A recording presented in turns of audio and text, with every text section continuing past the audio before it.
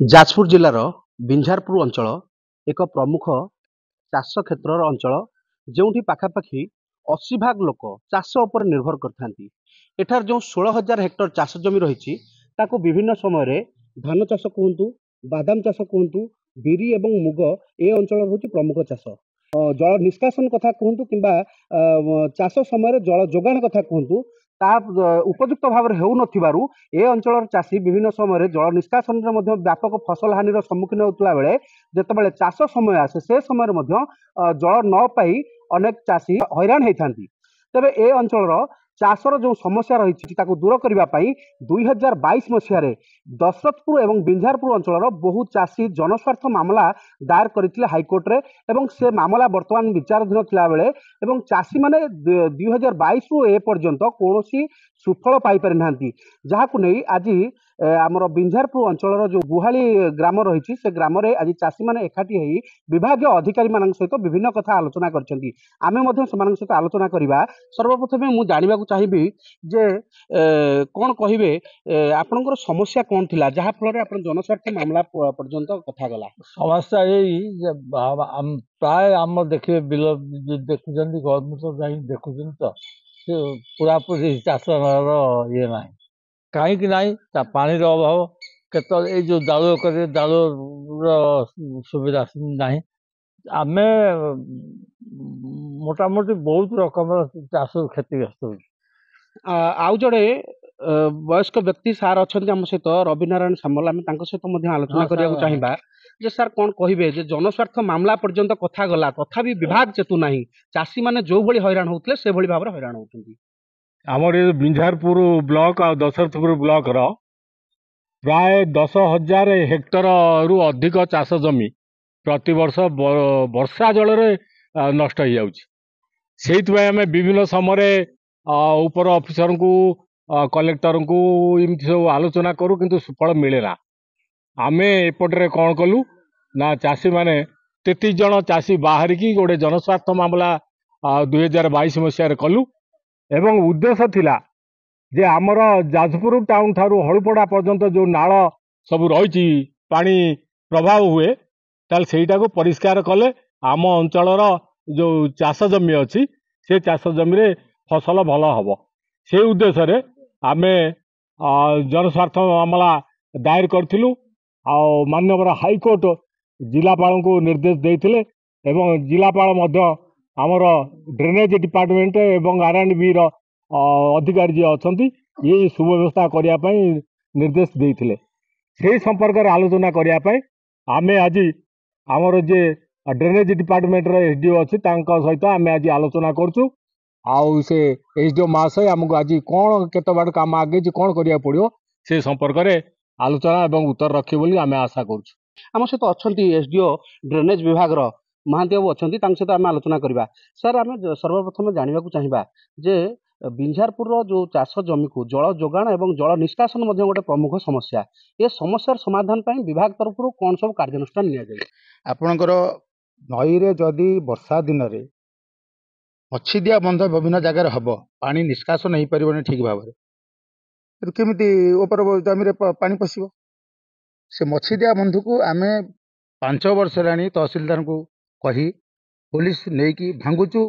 ଭାଙ୍ଗିବାର 3-4 ଦିନ ପରେ ପୁଣି ଥରେ ହେଇଯାଉଛି। ଏଠି ଆମର ପ୍ରମୋଦ ସାର୍ ଅଛନ୍ତି, ଯିଏକି ଆମ ସହିତ ସମ୍ପୃକ୍ତ ଅଛନ୍ତି 5 ବର୍ଷ ଧରି, ସେ ଜାଣିଛନ୍ତି, ସେ କହିବେ। ଆମେ ଆଜି ଭାଙ୍ଗିବୁ, 2 ଦିନ ପରେ ତାକୁ ପୁଣି କରିଦିଆହେବ। ଗଲା ଏଇ ଯେଉଁ ଦାନା ଟାଇମ୍ରେ ଆମେ ଚମ୍ପାପାଳ ପାଖରେ ଭାଙ୍ଗିଲୁ, ଭାଙ୍ଗିଲା ବେଳେ ସେ ବନ୍ଧ କରିଥିବା ଲୋକ ପ୍ରଶାସନ ଆଡ଼ିସନାଲ ତହସିଲଦାର ଅଛନ୍ତି, ତାଙ୍କ ଆଗରେ ସେ ଚ୍ୟାଲେଞ୍ଜ କଲେ 2 ଦିନ ପରେ ମୁଁ ପୁଣି କରିବି,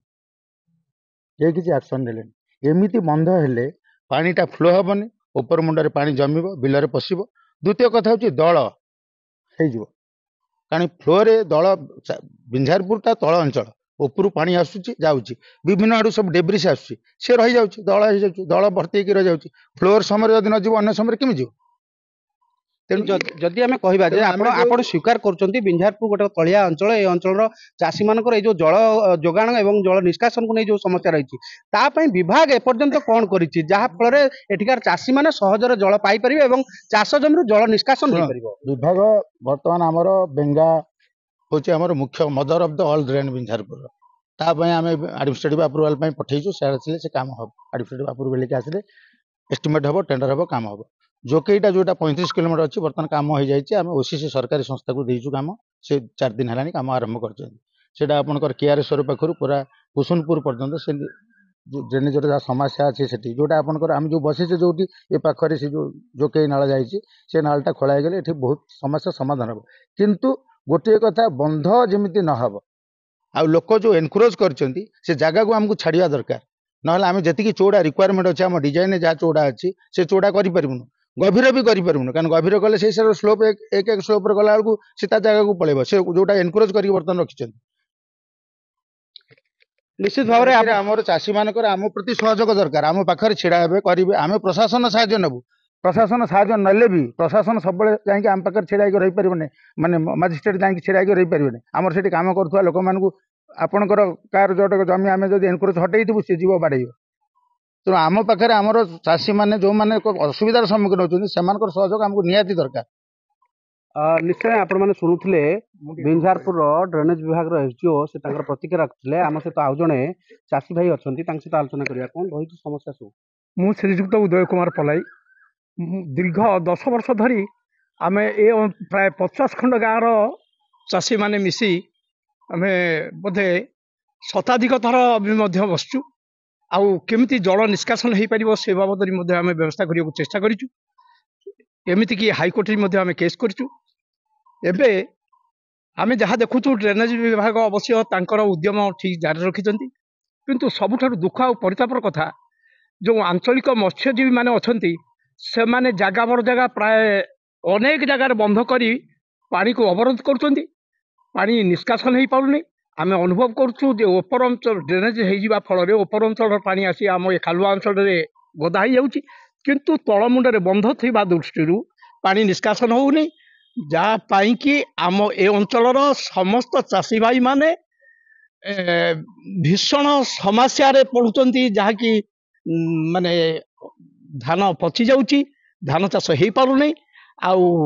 डालुओ कले पानी रहुनी एमती समस्या आम बर्तमान उपस्थित एथिपाई आम प्रशासन तथा आम एसडीओ महोदय को अनुरोध करुचु यार स्थायी प्रतिकार केमती हो पार से व्यवस्था से करने को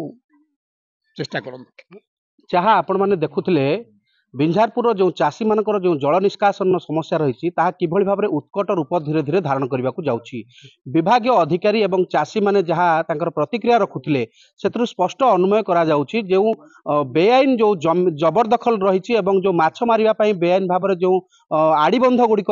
विभिन्न नाल उपर रखा जाइछि तापाई हुए तो ये समस्या आहुरी उत्कट रूप नबाकू जाउछि विभाग अधिकारी मध्य कहूथिले जे पुलिस प्रशासन हो किंबा तहसिल प्रशासन हो एगुड़ बारंबार भांगुले पुनर्बार मत्स्यजीवी जो मैंने रही से बेआईन भाव में सेठार आड़ीबंध कर जहाँ फल विभिन्न चाष जमी दीर्घ दिन धरी पानी जमी रहा फल चाष व्यापक भाव में क्षयक्षति होउछि तेबे जहाँ आज आपण मैंने प्रतिक्रिया समस्त शुणुले ये घटनार उपयुक्त समाधान किभली हबो विभाग अधिकारी माने किभली भाव में पदक्षेप नेबे एवं जिला प्रशासन या उपरे निश्चित भाव में हस्तक्षेप करबा पई साधारण चाषी माने मध्य निवेदन करुछंती बिंझारपुर देवप्रसाद साहू को रिपोर्ट एमबीसी टीवी।